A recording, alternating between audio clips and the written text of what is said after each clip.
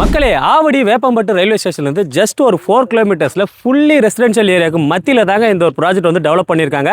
So இந்த project யார் develop பண்ணியிருக்காங்க பார்த்தீங்கன்னா ப்ராப்ஷல் தாங்க பண்ணியிருக்காங்க. ப்ராஜெக்டோட நேம் வந்து பார்த்தீங்கன்னா சரினோங்க. ஸோ இந்த ப்ராஜெக்ட் வந்து பார்த்தீங்கன்னா டோட்டலாக 10 ஏக்கரில் டெவலப் பண்ணியிருக்காங்க. டோட்டலாக 279 பிளாட்ஸ் கொடுத்துருக்காங்க.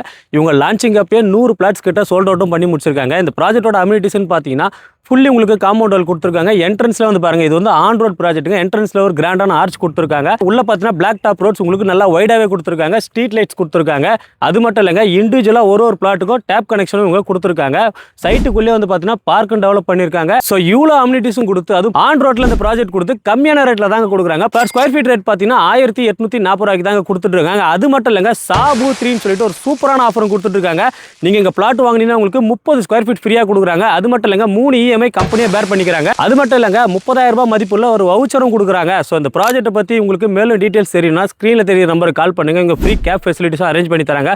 ஸோ சீக்கிரமா வாங்க, உங்களுக்கான பிளாட்ஸை செலக்ட் பண்ணுங்க. தேங்க்ஸ் ஃபார் வாட்சிங். பை.